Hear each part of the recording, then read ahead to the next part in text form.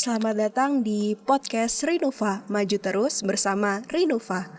Ada pepatah yang bilang, tak kenal maka kenalan. Maka perkenalkan saya, Nadia dari Teknik Bioenergi dan Kemurgi 21, menemani kalian di podcast kali ini. Sebelumnya, kita udah kedatangan 2 tamu dan narasumber dari 2 himpunan, yaitu dari HMRH dan HMTB. Mungkin boleh kita kenalan sedikit dulu? Ya, pertama perkenalkan saya Kalvan Tafi dari Divisi Keilmuan HMTB. Oke, jadi langsung aja dikenalin, aku Muhammad Admi dari Divisi Keprofesian di bawah Departemen Keilmuan dari HMRH. Nah, sebelumnya mau tanya dulu nih, kabar dari kakak-kakak sekalian, kabarnya baikkah? Alhamdulillah baik, sibuk UTS tapi kita harus tetap semangat memberikan ilmu. Oke, langsung aja kali ya. Pada episode perdana kali ini, kita akan membahas mengenai konsep renewable dan peran andil biomasa dalam aktualisasinya.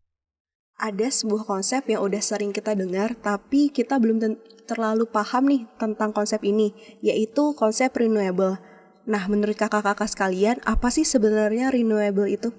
Oke, jadi menurut keilmuan dari Rekayasa Hayati, pasti sama sih ya antara Rekayasa Hayati sama teknik bioenergi kemurgi. Cuman di Rekayasa Hayati itu untuk konsep renewable itu kan sumber daya alam yang dapat diperbarui lah istilahnya. Nah, kebetulan di Rekayasa Hayati itu karena kami kan jurusannya bioengineering, itu kami menggunakan agen hayati. Jadi segala sesuatu bahan baku maupun agen untuk biokonversi itu kami menggunakan agen hayati.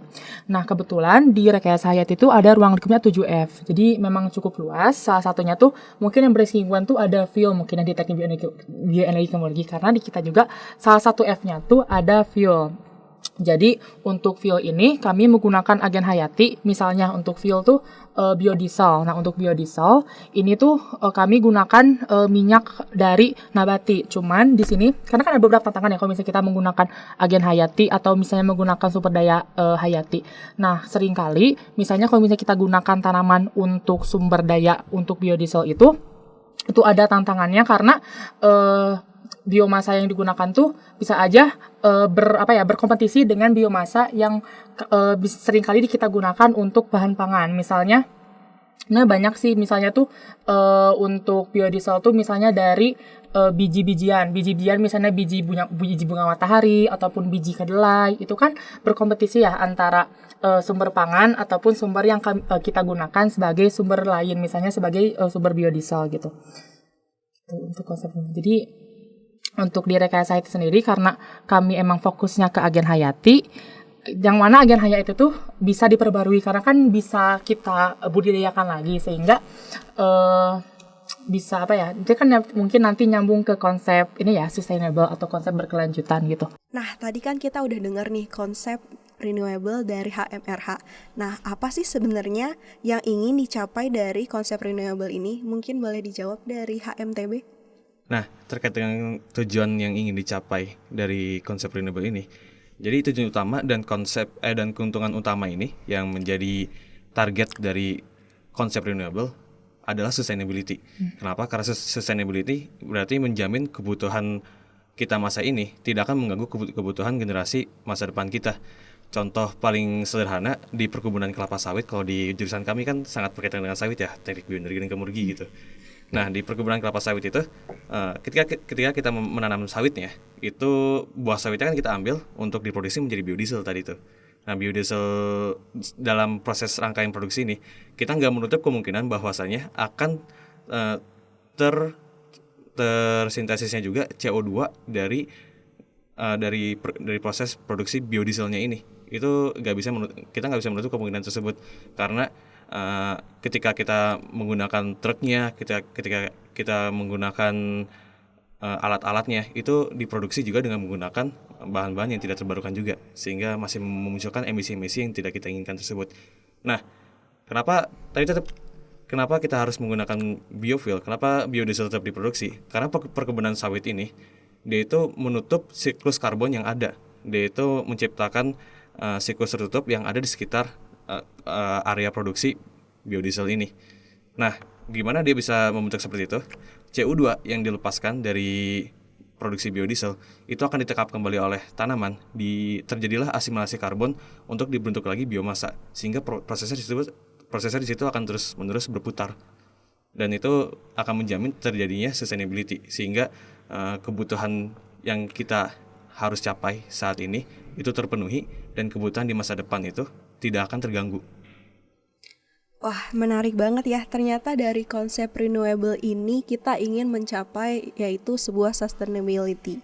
Nah, oke nih. Kita udah dengar satu pertanyaan yang ternyata jawabannya bisa sangat luas dan juga berbeda keilmuan pasti punya jawabannya masing-masing. Nah, berbeda keilmuan ini membuat juga berbeda cara adaptasi konsep renewable. Nah, bagaimana sih adaptasi konsep dari renewable itu sendiri? Mungkin dari keilmuan RH dan keilmuan TB itu konsep renewable sendiri itu adaptasinya seperti apa? Oke, buat dari rekayasa hayati ya. Jadi sebenarnya dari penjelasan tadi jurusan teknik dari pendekatan bioenergi itu mirip sih, cuman kalau dari jurusan kami untuk konsep renewable dan konsep sustainability-nya itu kami ada beberapa pendekatan sih. Salah satunya pendekatan itu adalah teknologi produksi bersih atau clean production. Nah, di sini tuh kami untuk di clean production tuh kita tuh pendauran suatu limbah. Jadi misalnya tadi contohnya untuk kelapa sawit, kan tadi digunakan untuk bahan baku sebagai biodiesel ya tadi. Nah, di situ kan pasti ada waste juga.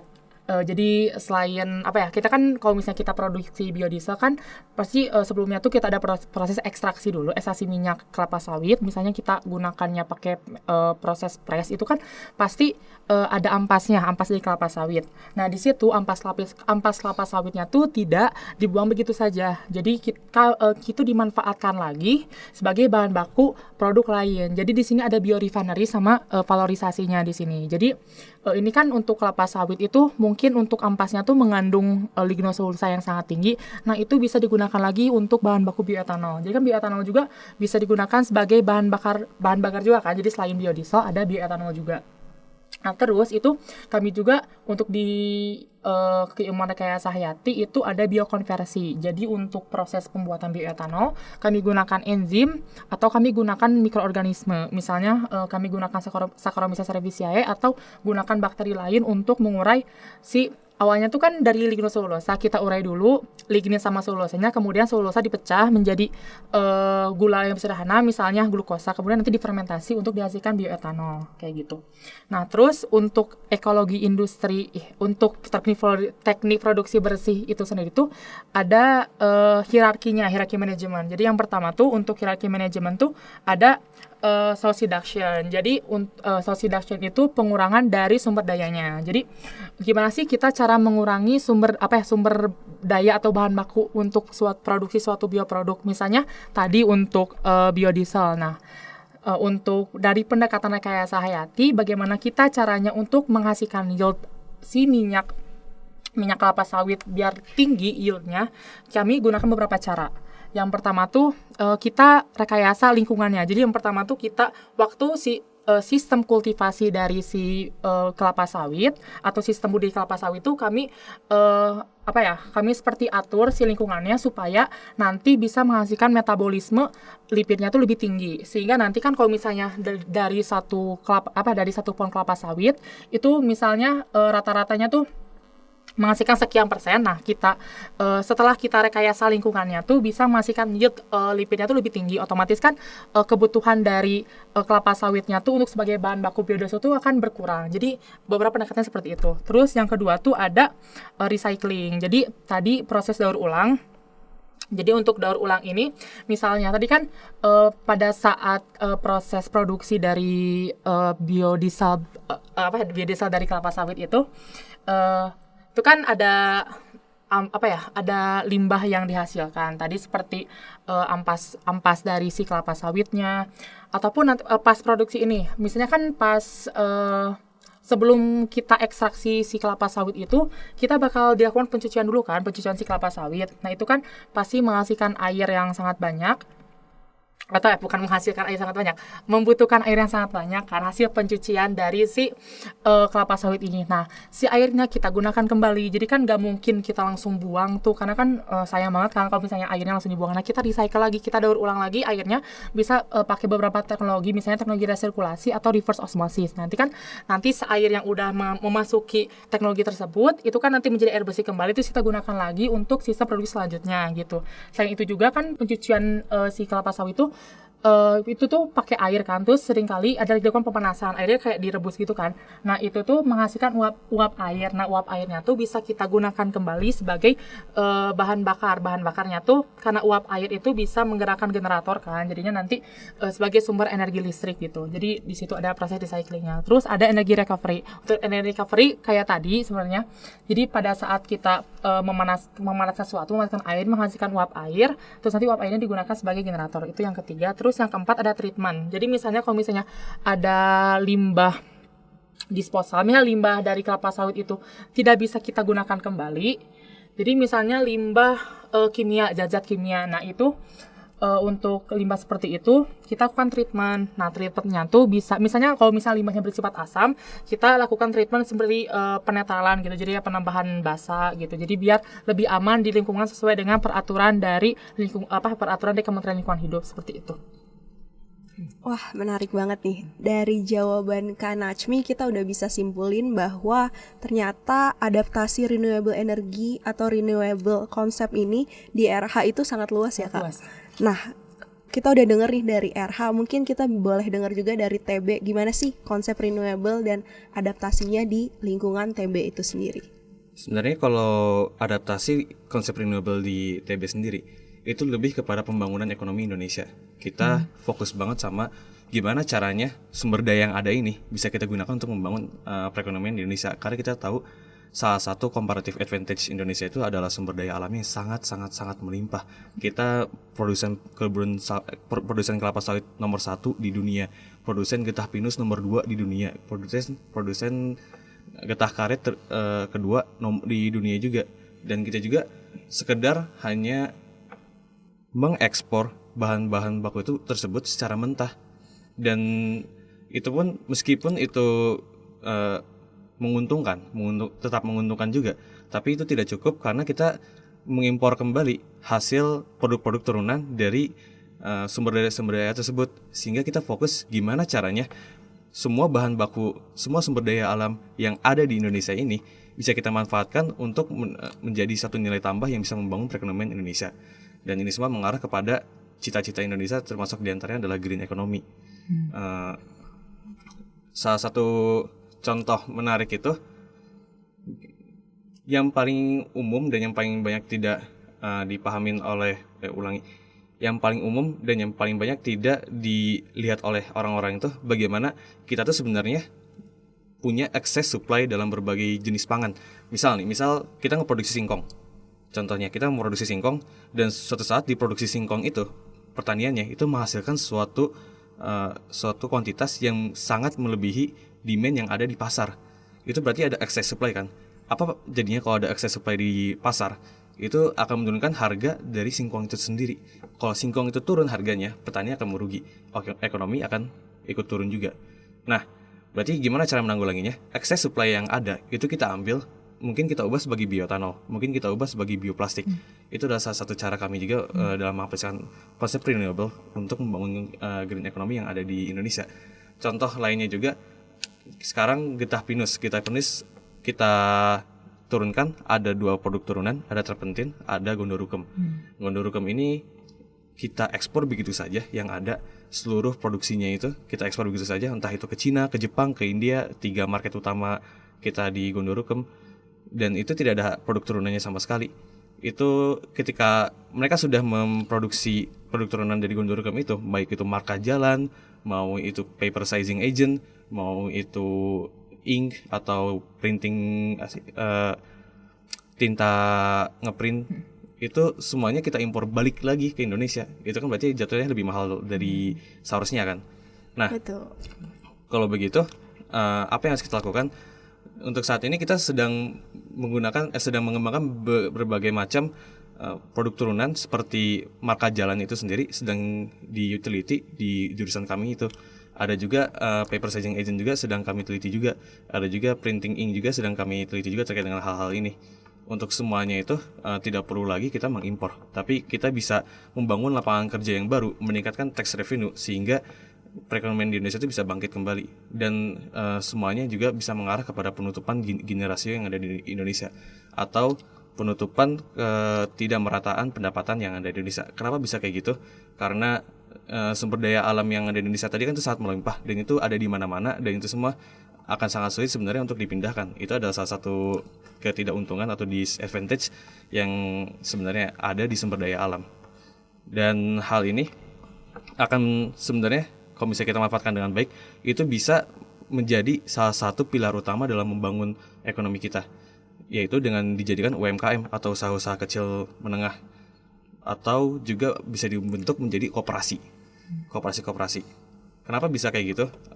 Karena dengan kita membiarkan, dengan kita mengencourage, dengan kita menginvest di UMKM yang ada di daerah-daerah terpencil seperti itu, yang sumber daya alamnya itu banyak, itu akan mengakibatkan perekonomian di daerah-daerah terpencil, daerah-daerah 3T itu akan bangun, sehingga kemerataan itu akan semakin terjadi, kemerataan pendapatan. Jadi utamanya, konklusinya dari konsep renewable ini yang ada di jurusan kami itu lebih fokus kepada bagaimana sumber daya alam yang ada di Indonesia ini bisa menjadi sebagai pilar-pilar bangunan green economy yang ada di Indonesia. Oke, terima kasih banget penjelasannya dari Kalvan. Setelah dengar jawaban dari Kalvan dan juga Kak Najmi ini, aku udah bisa dapat insight baru bahwa ternyata adaptasi konsep renewable itu banyak banget ya, baik di bidang RH maupun di bidang TB. Nah, setelah kita bahas adaptasinya nih, aku mau nanya dong, dampak dari konsep adaptasi itu tuh masing-masing di bidang keilmuan RH dan TB itu apa sih? Mungkin boleh gantian kali ya, boleh Kalvan dulu. Dampak dari adaptasi konsep renewable yang ada di keilmuan kami itu, berarti kami tidak sekedar fokus dalam mengembangkan teknologi pengolahan biomasa yang cuma sekedar ya udah itu bisa gitu. Kayak contoh ada yang mengembangkan bioplastik dari mikroba, bioplastik dari algae dari chlorella. Algae chlorella itu apakah itu bisa? Apakah itu mungkin? Iya, mungkin aja. Tapi apakah itu bisa digunakan untuk komersialisasi? Belum tentu. Atau mungkin juga kita adaptasi konsepnya itu ada di contoh paling umum itu sebenarnya ada di pemerasan batang kelapa sawit. Perkebunan kelapa sawit itu ada diremajakan setiap tahunnya, sekitar 640.000 hektar setiap tahunnya itu diremajakan. Kita bisa meraih nilai tambah dari peremajaan kebun kelapa sawit ini karena akan terjadi limbah-limbah batang, akan muncul limbah-limbah batang kelapa sawit itu yang sebenarnya itu mengandung nira sekitar 70% dari batangnya. Itu bisa kita peras, nilainya kita ambil, dan itu bisa kita gunakan untuk produksi bioetanol dan bisa kita komersialisasikan. Sehingga kalau saya kita ambil dari dua contoh tadi itu, dampak dari adaptasi konsep yang ada di yang konsep renewable di jurusan kami, di keilmuan kami, itu lebih kepada teknologi-teknologi yang digunakan atau di research itu bisa menghasilkan nilai tambah dan bisa dikomersialisasikan. Oke, nah setelah kita mendengar tadi dampak dari konsep renewable dari keilmuan teknik bioenergi dan kemurgi sendiri, nah kita juga penasaran nih dengan dampak dari konsep renewable oleh bidang keilmuan rekayasa hayati. Mungkin boleh dijelasin Kak? Oke, jadi setelah aku mendengar penjelasan dari keilmuan TB itu, sepertinya untuk dampak dari penerapan adaptasi si renewable ini tuh kami mirip-mirip ya antara TB sama rekayasa hayati. Namun tadi untuk yang TB kan tadi lebih menekankan gitu ekonomi ya. Jadi gimana caranya biar si sumber daya alam yang di Indonesia tuh bisa menjadi pilar-pilar ekonomi. Betul. Nah, kalau di kami sendiri itu lebih ke arah penekanan si industri. Kalau misalnya kita membangun sebuah industri, gimana sih biar industri itu tuh bisa berkelanjutan, bisa menerapkan konsep teknologi produksi bersih, biar nanti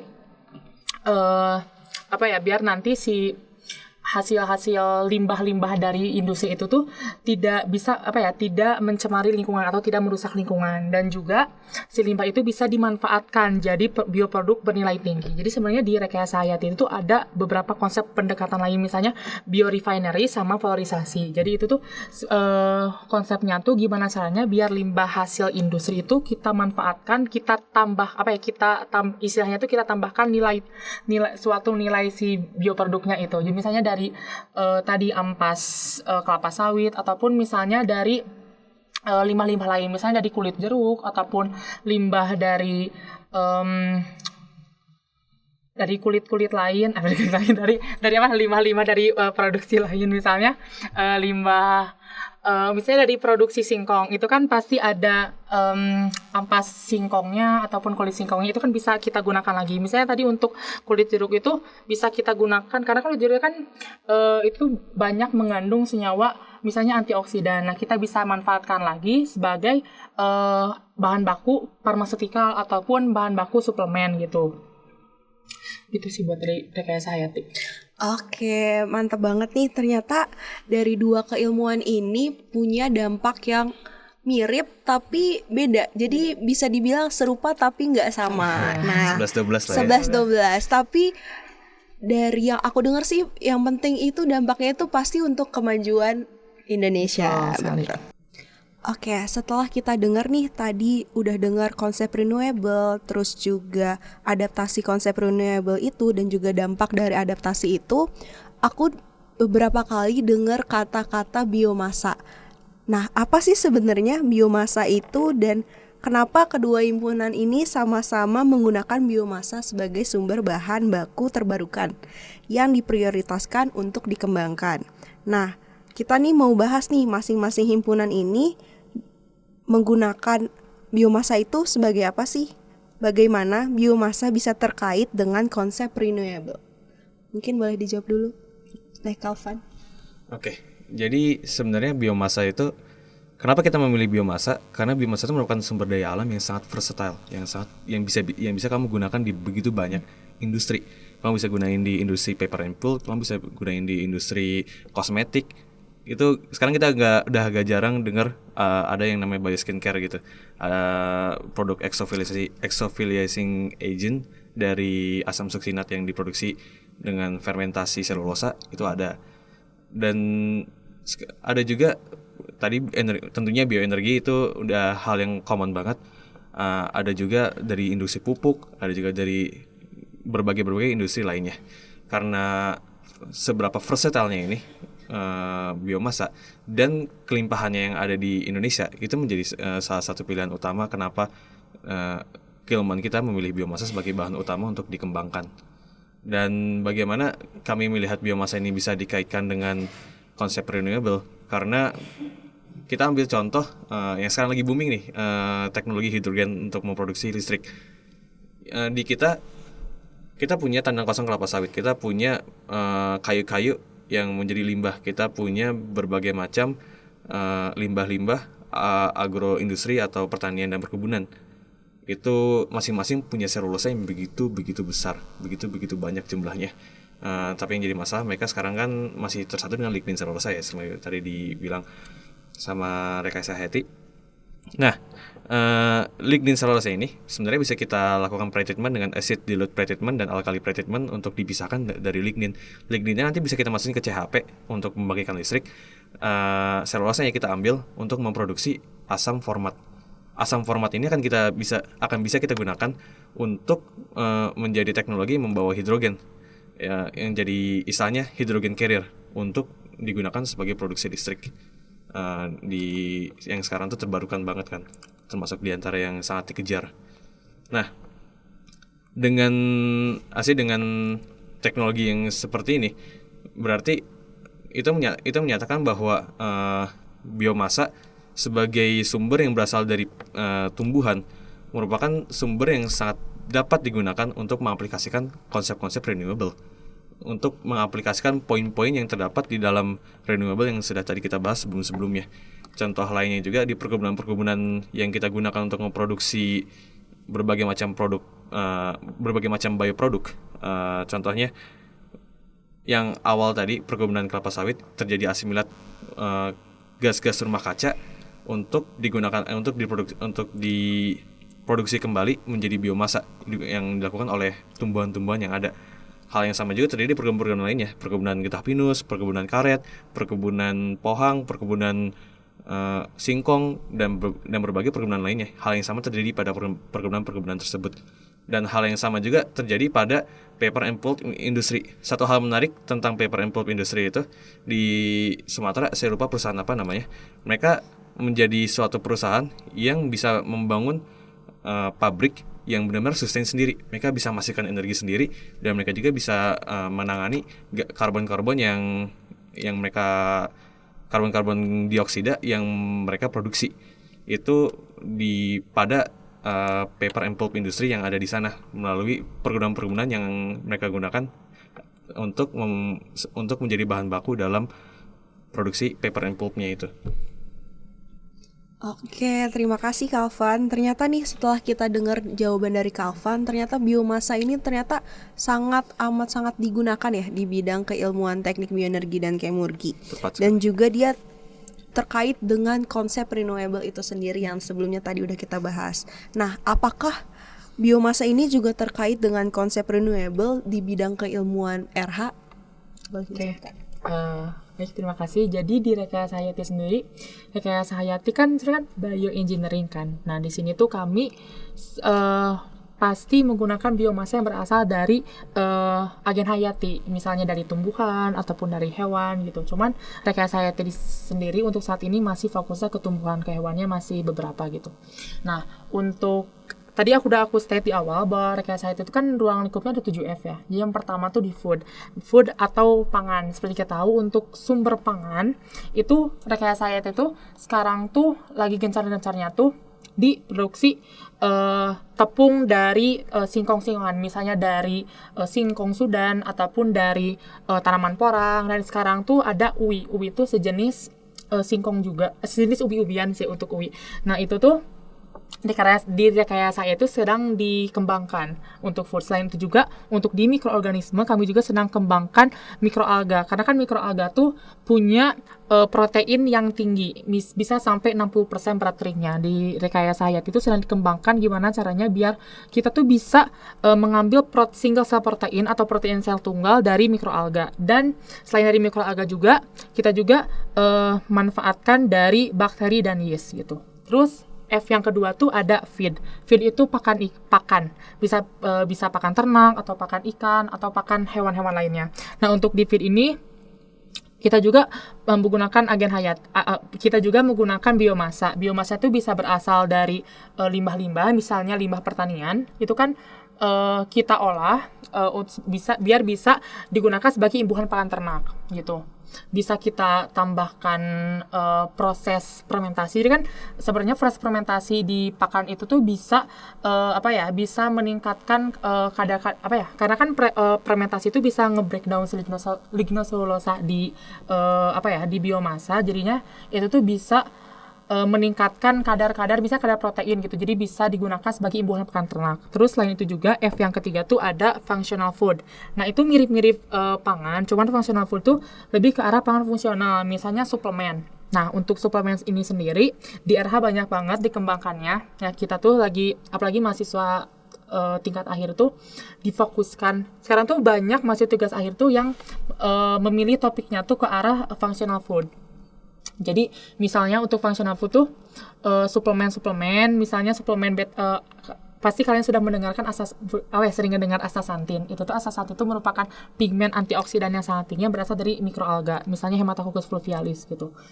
Terus untuk F selanjutnya tuh ada fiber. Untuk fiber ini untuk RH sendiri fibernya tuh kemarin dosen-dosen kita juga udah banyak gitu pengembangan tentang fiber, karena dosen kita juga banyak yang arah research-nya tuh ke biokomposit.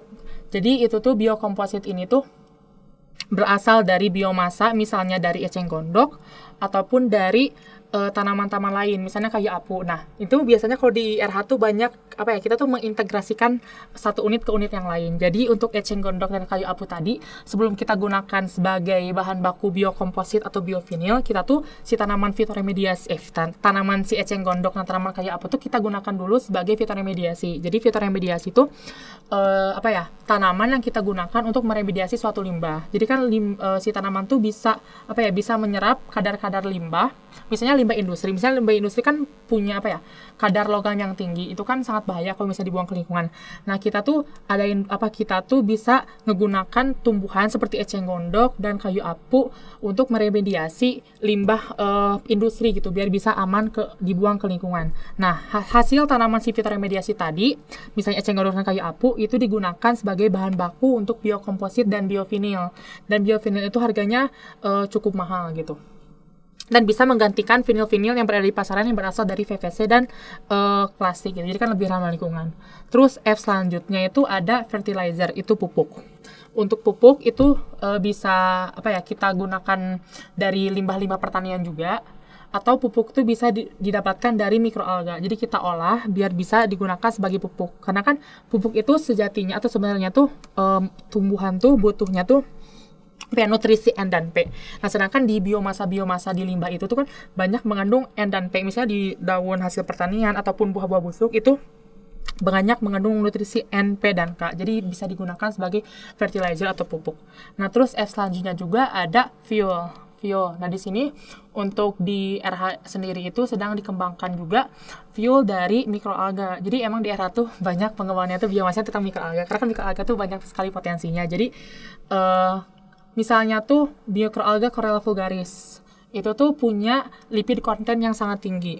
Jadi bisa kita gunakan sebagai bahan baku biodiesel. Cuman emang ada beberapa tantangannya untuk mikroalga itu sendiri. Jadi kan cost production dari proses pengolahan lipid dari mikroalga menjadi biodiesel itu sangat tinggi. Jadi emang itu tantangan di rekayasa itu sendiri. Jadi kita juga sedang berusaha gitu ya untuk minimalisasi cost production dari mikroalga gitu. Terus F selanjutnya tuh ada fine chemical. Untuk fine chemical sendiri itu tuh senyawa-senyawa turunan dari tumbuhan yang memiliki nilai tinggi. Nah, misalnya dari mikroalga lagi.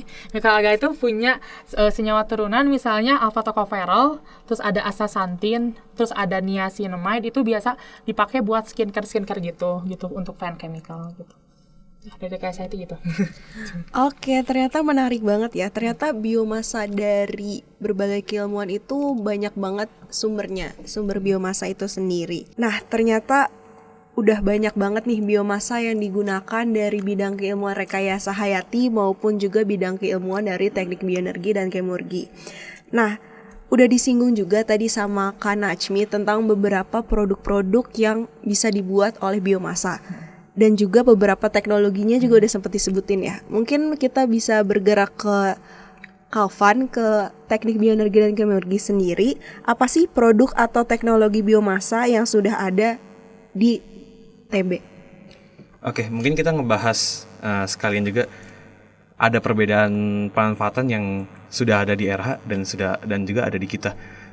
Paling menarik tadi gimana tanaman-tanaman fitoremediasi itu digunakan sebagai biokomposit.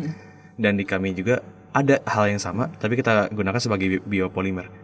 Nah, tanaman yang ada itu kita ambil selulosannya untuk kita ubah menjadi selulosa asetat, lalu kita campur dengan serat nanofiber.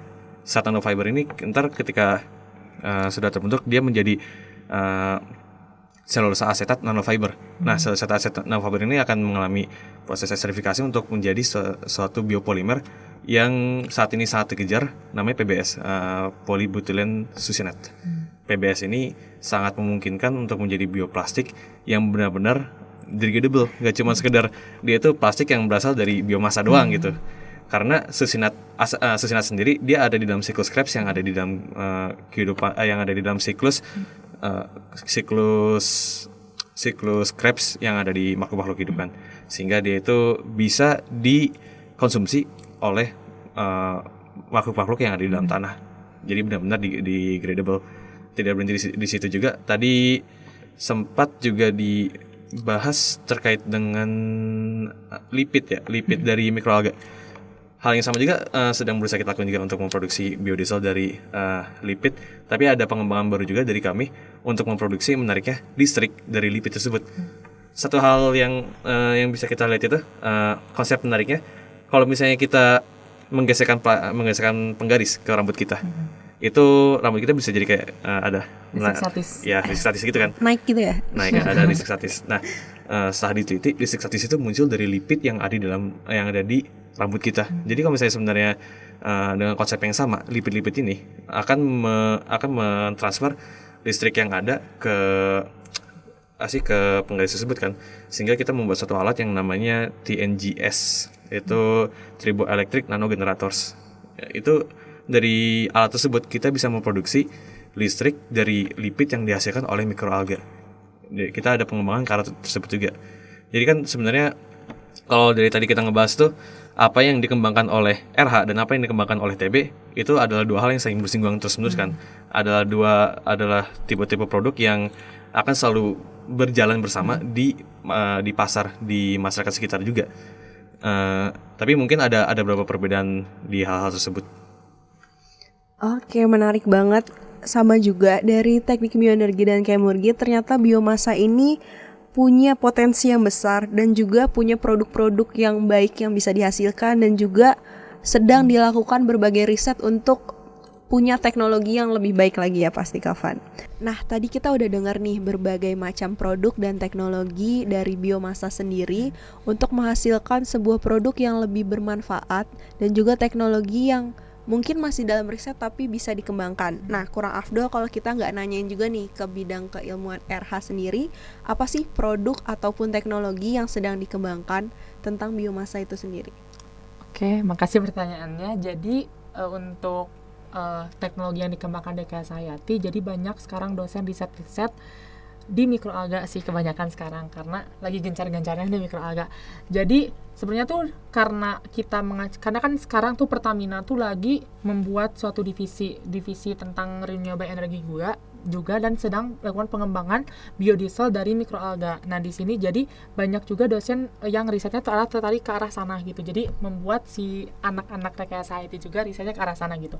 Nah, untuk pengolahannya itu sendiri atau si prosesnya itu sendiri, kita lebih ke arah rekayasa lingkungannya. Jadi gimana sih caranya biar si mikroalga Chlorella vulgaris misalnya atau mikroalga Scanedesmus sp itu bisa memproduksi lipid dengan yieldnya yang sangat tinggi. Nah, kita tuh bisa lakukan rekayasa lingkungan dengan cara menambahkan elisitor atau menambahkan cekaman di waktu saat kultivasi mikroalga, ataupun kita lakukan defisiensi atau limitasi si sumber nitrogen atau sumber fosfor, biar nanti karena si mikroalganya mendapat sekaman atau stres dari luar, otomatis nanti kan mempengaruhi ke biosintesis atau metabolisme si mikroalga, sehingga nantinya akan memproduksi atau mensintesis lipid dalam jumlah banyak gitu. Jadi risetnya ke arah situ. Nah, terus kemudian untuk proses pengolahannya atau proses ekstraksinya, dosen juga sekarang sedang melakukan risetnya ke arah penggunaan pelarut yang ramah lingkungan. Misalnya pelarutnya tuh NADES namanya tuh. Natural Deep Eutectic Solvent. Nah, untuk si NADES itu sendiri itu tuh digunakan dua komponen pelarut, yaitu komponen pelarut yang bertindak sebagai hidrogen donor dan hidrogen aseptor, sehingga nanti si kedua pelarut ini tuh bisa mencapai titik eutectic, sehingga nanti itu akan karena titik eutectic ini bisa menghasilkan ikatan hidrogen yang sangat tinggi, otomatis nanti si efisiensi dari hasil ekstraksinya tuh akan lebih tinggi gitu, sehingga nanti recovery dari proses ekstraksinya tuh lebih tinggi gitu. Nah, selain di bidang biofuel tadi, ada juga sekarang dosen tuh ke arah tertarik astaxanthin, karena kan astaxanthin tuh merupakan pigmen dari mikroalga yang mengandung yang bertindak sebagai antioksidan. Jadi si astaxanthin itu antioksidannya sangat tinggi. Nah, di sini juga kami gimana sih cara si mikroalga itu bisa memproduksi atau mensintesis astaxanthin dalam jumlah tinggi. Tadi balik lagi karena kami di bidang rekayasa hayati, jadi kami lakukan rekayasa lingkungan si kultivasi mikroalga biar bisa mensintesis astaxanthin dalam jumlah tinggi. Tadi ditambahkan elisitor gitu, biar si mikroalga itu dapat stres sehingga bisa memproduksi metabolit sekunder dalam jumlah tinggi. Nah, selain ke arah situ, yang biofuel juga tadi itu selain dari mikroalga, dosen juga sekarang sedang pengembangan ke arah biomasa lain, ada namanya BSF. Itu tuh larva lalat tentara hitam. Nah, itu kan lalat tentara hitam tuh punya lipid yang tinggi juga. Nah, itu tuh karena kan keunggulan lain dari lalat tentara hitam, jadi kan lalat tentara hitam tuh tidak digunakan sebagai sumber pangan. Jadi tidak ada kompetisi nih antara penggunaan untuk biodiesel sama penggunaan untuk si bahan pangan. Karena kan kalau kelapa sawit itu ada kompetisi nih. Karena kelapa sawit sekarang masih banyak digunakan sebagai minyak goreng kan. Nah, di situ ada kompetisi. Nah, jadi untuk di rekayasa IT sendiri itu mencari alternatif lain, biomasa lain yang tidak bersinggungan dengan kebutuhan pangan. Nah, itu tadi BSF atau Black Soldier Fly atau lalat tentara hitam gitu.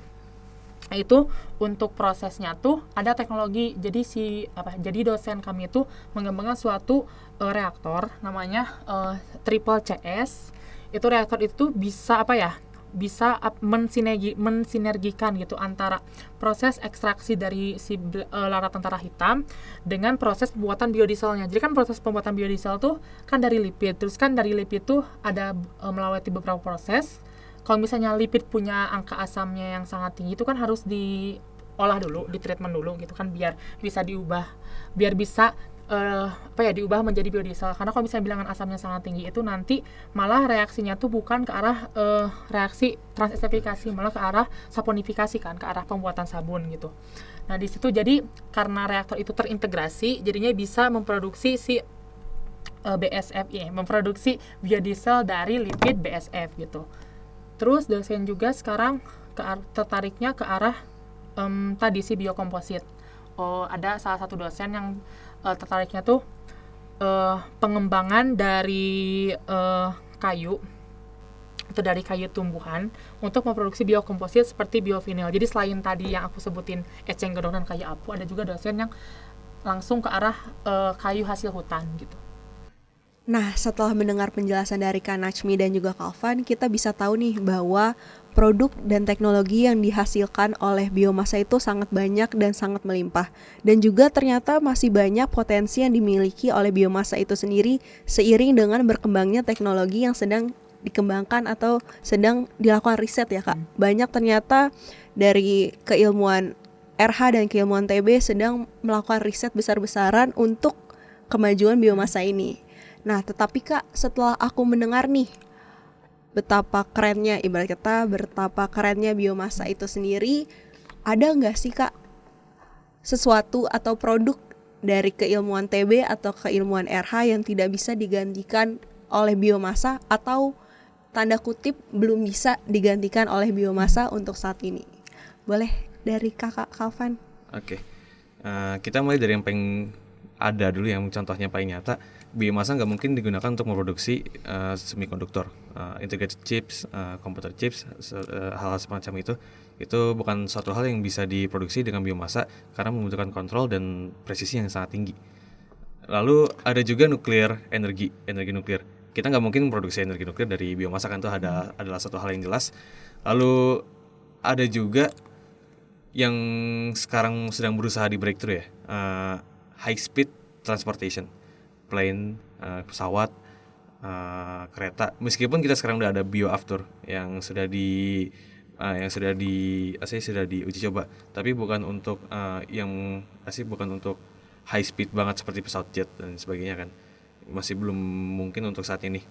Nah, itu karena biomasa masih belum bisa menyediakan high energy density untuk hal tersebut, untuk high speed transportation.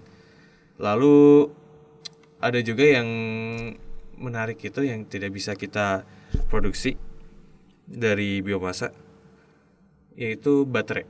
Baterai yang ada mungkin baterai yang dari bahan organik, tapi dia tidak bisa digunakan, dia efisiensinya tidak sebagus dengan baterai yang dari lithium dan kawan-kawannya. Itu tidak bisa kita gantikan peran lithium dan kawan-kawannya di baterai. Sama halnya juga sebenarnya terkaitan dengan biofuels, kita nggak sebenarnya bisa mendewa-dewakan banget biofuels untuk sepenuhnya mengganti fossil fuels, karena istilahnya di sini biofuels itu kalau di kami anggapannya utamanya untuk mensubsidi fossil fuels yang ada. Kita bisa mencapai campurannya yang sangat tinggi, karena kan saat ini kita sedang berusaha dikembangkan bioetanol E5 kan, Pertamina E5, di mana ada campuran Pertalite dengan bioetanol 5%. Itu akan meningkatkan RON-nya dari 89 menjadi 92, yang setara dengan premium. Di Brazil pun sudah ada bioetanol yang E80 yang sudah 80% pencampuran, tapi kita nggak benar-benar melihat di situ yang full 100% bioetanol. Kita belum mendapatkan hal tersebut karena memang fossil fuels itu tidak bisa sepenuhnya digantikan, tapi kita bisa mensubsidikan kebutuhannya dengan adanya biomasa ini. Oke, nah setelah kita mendengar penjelasan dari Calvan, kita dapat menyimpulkan bahwa biomasa sendiri punya potensi dan keunggulannya, tapi kita juga tidak bisa memungkiri bahwa terdapat beberapa produk yang belum bisa atau tidak bisa digantikan oleh biomasa dari bidang keilmuan teknik bioenergi dan kemurgi. Nah, selanjutnya nih, aku mau nanya juga pertanyaan yang sama. Untuk bidang rekayasa hayati sendiri, adakah produk yang belum bisa atau tidak bisa digantikan oleh biomasa? Oke, untuk jawab pertanyaan ini sebenarnya agak sulit sih, karena kan dari keilmuan rekayasa hayati itu sebenarnya kan rekayasa hayati itu karena bio based industrial engineering, jadi otomatis kita tuh seluruh komponen bahan bakunya tuh berasal dari biomasa. Tapi memang untuk proses teknologinya sih masih banyak banget kita penggunaannya tuh pakai bahan kimia sintetik gitu. Jadi lebih ke arah situ ya mungkin ya, karena untuk bahan bakunya kami sebisa mungkin kami penggunakannya biomasa gitu. Jadi untuk ruang lingkupnya enggak ini sih. Nah, untuk beberapa bahan sintetiknya misalnya untuk pelarut ekstraksi itu kan kami gunakan bahan kimia sintetik, misalnya dari aseton, kemudian dari heksana, itu kan kebanyakan tuh untuk pelarut seperti itu berasal dari bahan kimia sintetik gitu. Jadi belum ada yang berasal dari senyawa-senyawa yang berasal dari nabati atau dari tumbuhan gitu. Nah, selain itu juga untuk penggunaan katalis, sebenarnya kan enzim juga bisa digunakan sebagai katalis. Kan enzim itu diproduksi oleh makhluk hidup ya, dari mikroorganisme gitu-gitu.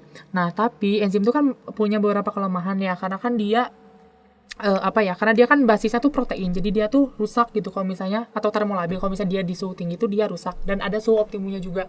Nah, di rekayasa itu juga masih menggunakan katalis dari bahan kimia, misalnya katalis dari zeolit atau katalis dari katalis dari zeolit gitu contohnya gitu. Terus selain itu juga untuk pretreatment dari biomasa itu sendiri, selain pakai enzim, kami juga masih menggunakan pretreatment misalnya pakai bahan basa atau alkali gitu. Misalnya pakai NaOH untuk pretreatment untuk penghilangan untuk pemisahan lignin dan selulosa. Di lignoselulosa itu kami masih juga penggunaan NaOH atau penggunaan asam misalnya H2SO4 gitu. Jadi belum pure semuanya kita pakai agen hayati atau mikroba gitu. Lebih ke arah situ.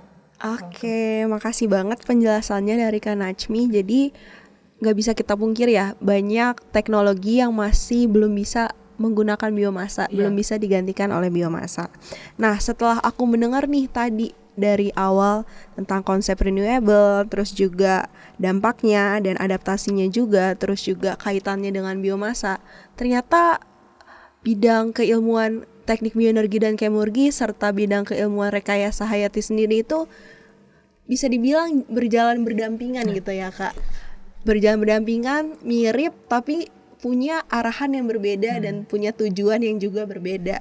Nah, kan sayang nih, udah mirip gini kalau nggak kita bentuk sebuah kerjasama atau sebuah ide brilian gitu yang bisa kita kolaborasikan antara teknik bioenergi sendiri dan juga rekayasa hayati sendiri. Nah, menurut kakak-kakak di sini, apa sih bentuk kerjasama yang bisa dilakukan oleh teknik bioenergi dan kemurgi dengan rekayasa hayati? Sebenarnya untuk kerjasama, karena tadi kita juga ada sumber bahan baku sama, teknologi juga mirip-mirip. Banyak sih sebenarnya. Kita sebagai mahasiswa yang paling sederhana tuh kita pasti memasak, kita menggunakan minyak dan akhirnya jadi minyak jelantah. Itu kan bisa banget kita transesifikasi untuk menjadi biodiesel kan. Itu mungkin bentuk kerjasama paling sederhana yang bisa kita lakukan di tingkat mahasiswa untuk saat ini.